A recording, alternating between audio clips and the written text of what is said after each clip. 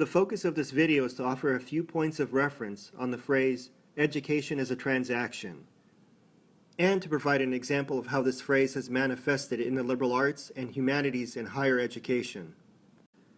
First, what does education as a transaction mean? This phrase emphasizes the increasing focus on economic value among many colleges and universities in the United States.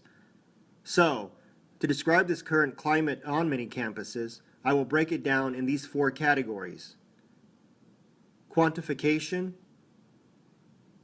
application, diversification, and competition.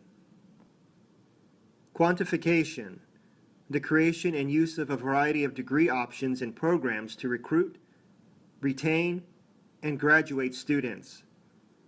Retention and attrition are key terms that colleges and universities concentrate on for accreditation, funding, and recognition.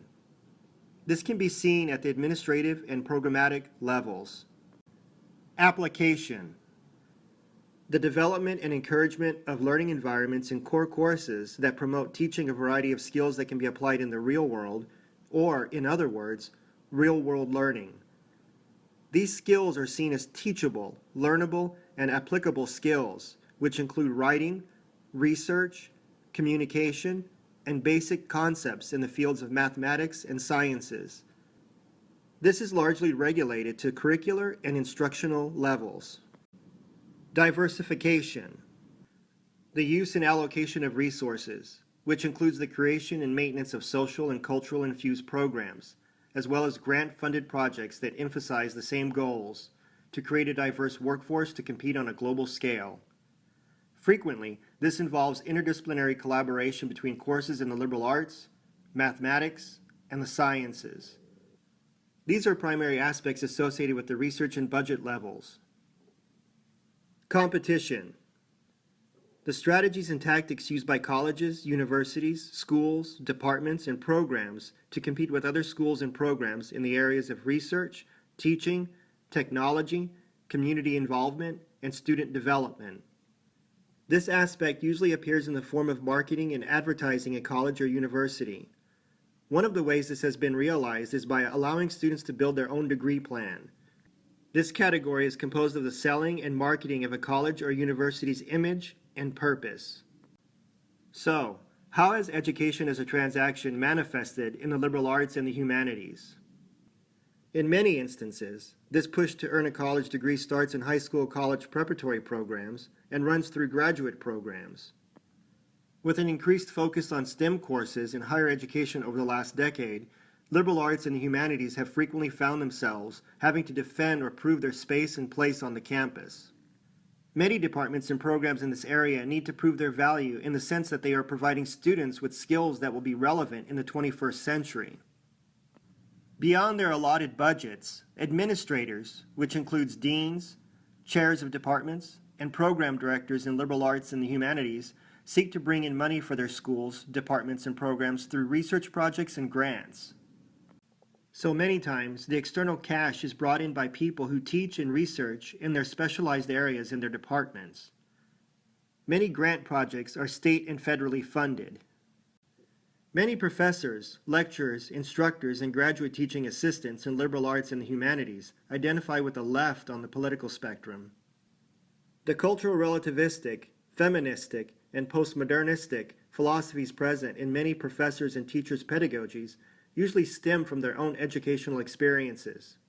I will use the English department as an example to show education as a transaction.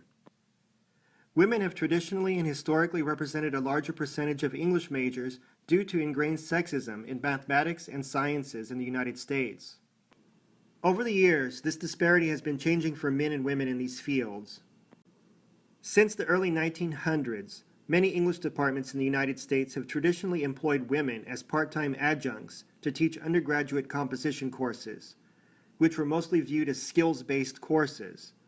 They were paid less than professors because they were not viewed as a long-term investment.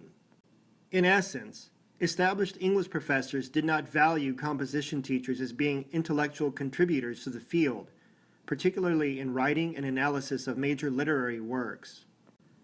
The 1960 civil rights movement led to many changes on campuses around the country.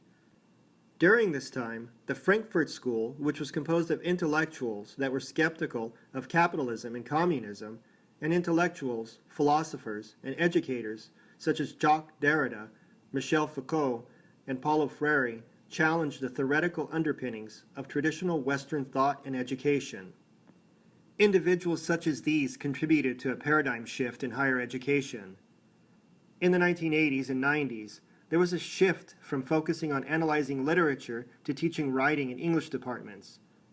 Administrators, professors, teaching assistants, and adjuncts started to take more of a radical or activist stand in their pedagogy that emphasized students developing a political consciousness. With the introduction of feminism, cultural Marxism, postmodernism, and a slew of other socially, culturally, and politically charged philosophies, as well as conferences and scholarship on written communication from the National Council of Teachers of English and the journal College Composition and Communication, many scholars and practitioners in the emerging field of composition studies started to critique the traditional methods of analyzing literature and the current traditionalist and expressionist approaches in teaching writing. This, along with an increase of non-traditional students under the GI Bill and minority populations attending college and universities, new programs in English departments sprung up that focused on language, religion, culture, rhetoric, technical and professional writing studies. Administrators and faculty in English departments noticed early on that studying and analyzing Western literature was not enough.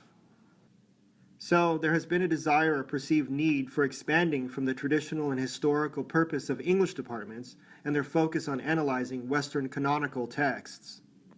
This has attracted people with a variety of backgrounds to study and specialize in a particular area underneath the English umbrella of programs. This has been a major contributor to the birth of the social justice movement in United States academia.